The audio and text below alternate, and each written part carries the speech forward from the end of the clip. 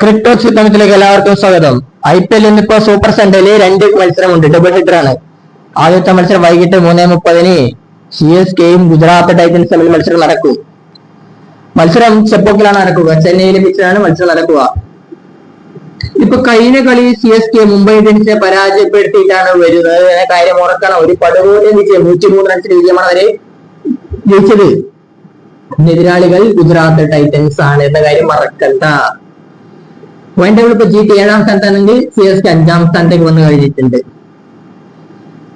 ഇപ്പോ രണ്ട് ടീമും ഒരു കാര്യത്തിലേക്ക് വന്നു കഴിഞ്ഞാൽ CSKക്ക് ഇപ്പോ പ്രശ്നങ്ങളൊക്കെ ഉണ്ട്. അപ്പൊ അവരുടെ ഓപ്പണിംഗ് തന്നെ ഒരു പ്രശ്നമാണ്. ഗെയ്ക്വാഡ് ആദ്യത്തെ സീസണിൽ ഫോം ഔട്ടാണ്, അദ്ദേഹം ഫോം ആയിട്ടേ ഇല്ല. സഞ്ജു ഇന്നലെ സെഞ്ചുറി അടിക്കുന്ന കാഴ്ചയുണ്ട്, അദ്ദേഹം ടച്ചിലേക്ക് എത്തിയിട്ടുണ്ട്.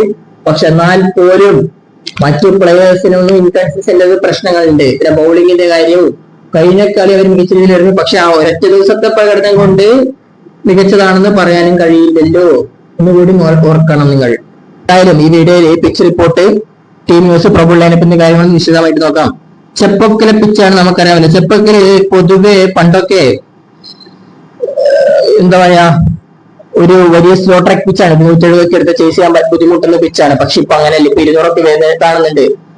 പക്ഷേ ചെപ്പോക്കില് ഇന്ന് ആഫ്റ്റർനൂൺ മാച്ച് ആയതുകൊണ്ട് തന്നെ ടോസ് കിട്ടിയിട്ട് ബാറ്റിംഗ് എടുക്കാൻ ചാൻസ് ഉണ്ട്. കാരണം അത് സെക്കൻഡ് ഇന്നിംഗ്സ് ആവുമ്പോൾ സ്ലോ ഡൗൺ ആവാൻ ചാൻസ് ഉണ്ടെന്നും പറയുന്നുണ്ട് ഇപ്പോ.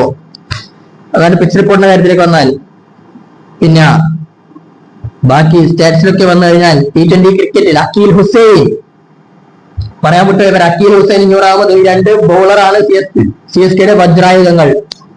അക്കീൽ ഹുസൈൻ, ശുഭ്മൻ ഗില്ലിന 2 തവണ T20 ക്രിക്കറ്റ് ഡിസ്മിസ് ചെയ്തിട്ടുണ്ട്. 31 പന്തിട്ട് 29 റൺസാണ് അക്കീൽ ഹുസൈൻ വിട്ടുകൊടുത്തത്.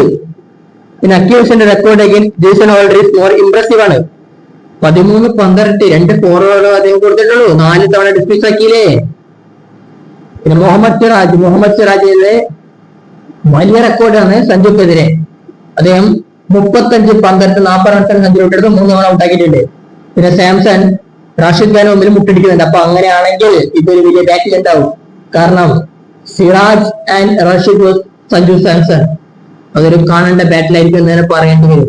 പിന്നെ പ്രസിദ്ധ് കൃഷ്ണയുടെ കാര്യം, പ്രസിദ്ധ് കൃഷ്ണ IPL ഇപ്പൊ 11 വിക്കറ്റുകളൊക്കെ എടുക്കുന്ന കാഴ്ച കണ്ടില്ലേ. പക്ഷേ അദ്ദേഹത്തിന്റെ എക്കണോമി റേറ്റ് എന്ന് പറയുന്നത് 14 ആണ്. 14 താരങ്ങൾ ആലോചിച്ച് നോക്കാണ്, T20 ക്രിക്കറ്റിലാണ്, ബൊമ്പൻ എക്കണോമി അല്ലത്.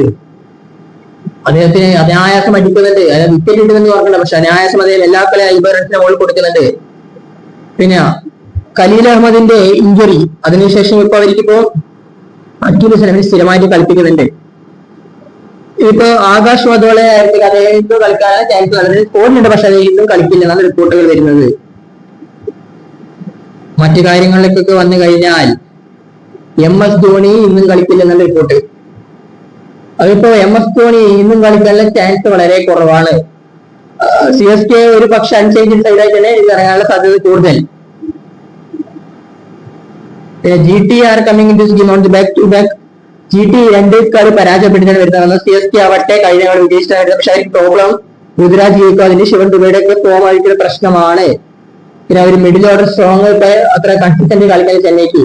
തുടക്കത്തിൽ ഞാൻ പറഞ്ഞല്ലോ, സഞ്ജുവിനെ കിട്ടി സിറാജൊക്കെ എടുത്തു കഴിഞ്ഞാൽ പിന്നെ നല്ലോണം സ്ട്രഗിൾ CSK അങ്ങനെ ഒരു പ്രശ്നം CSK ഉണ്ട്. പിന്നെ GTക്ക് ആവട്ടെ പിന്നെ ഒരു ഹോം അഡ്വാൻറ്റേജ് CSK ഉള്ള കാര്യം മറക്കുന്നില്ല. 100 അക്കീൽ ഹുസൈൻ ഒക്കെ ഉണ്ടാകുമ്പോൾ അവർക്ക് സ്പിൻ ട്രാക്കിൽ ഹോം അഡ്വാൻറ്റേജ് ഉണ്ടെന്ന കാര്യം മറക്കുന്നില്ല. മറുഭാഗത്ത് വന്ന ശുഭ്മൻ ഗിൽ മികച്ച ഫോമിലാണ്, ജോസ് ബട്ട്ലർ ഫോമിലാണ്, സായ് സുരക്ഷ മികച്ച ഫോമിലാണ്. പക്ഷേ പിന്നീട് ഇപ്പൊ ടച്ച് വരേണ്ട കാര്യങ്ങളൊക്കെ ഉണ്ട്. ഇപ്പൊ ഹോൾഡർ കഴിഞ്ഞ കളി കളിച്ചു, മോശം കളിച്ചു. പക്ഷെ രാഹുൽ തവാട്ടിയും നമ്മുടെ റാഷിദ് ഖാൻ ഇപ്പൊ ബോളിംഗ് അല്പം ഓപ്പുകളാണ്, അദ്ദേഹം കൂടി ഫോമിലേക്ക് വരേണ്ട കാര്യം അവിടെ ഉണ്ട്. നമുക്ക് ഏതായാലും 2 ടീമിന്റെ ഒരു പ്രോബബിൾ ലൈനപ്പ് നോക്കാം. ഇപ്പൊ CSKയുടെ കാര്യത്തിലേക്ക് വന്നാൽ സഞ്ജുവും ഗെയ്ക്വാദും കൂടി ഓപ്പൺ ചെയ്താൽ സർഫറാസ് നമ്പർ 3 കളിക്കും, Shivam Dube number 4, Brevis number 5, Kartik Sharma number 6 കളിച്ചാൽ Jamie Overton number 7, Akeal Hosein number 8, Noor Ahmad number 10 number 9 Anshul Kamboj number 10 Mukesh Choudhary number 11 impact ആയി ഗുർജാപ്രീത് സിംഗ് വരും. GTയുടെ കാര്യത്തിലേക്ക് വന്നാൽ ഗില്ലും സുദർശൻ കൂടി ഓപ്പൺ ചെയ്താൽ ജോസാട്ടൻ നമ്പർ 3 കളിക്കും, Sundar number 4, Holder number 5, Shahrukh Khan number 6, Rashid Khan number 7, Tewatia number 8, Manav Suthar number 9, Kagiso Rabada number 10, Siraj number 11 കളിച്ചാൽ പ്രസിദ്ധ് കൃഷ്ണ ഓർ അശോക് ശർമ്മ രണ്ടാളും ഒരാളിലേക്ക് ഇമ്പാക്ട് ആയിട്ടുണ്ടാവും. ഏതായാലും ഈ മത്സരത്തിൽ CSK വിജയിക്കുന്നതാണ് നമ്മുടെ അഭിപ്രായം. അപ്പൊ ക്രിക്കറ്റ് ലോകത്തെ കൂടുതൽ വീഡിയോസ് നമ്മൾ വീണ്ടും എത്താം.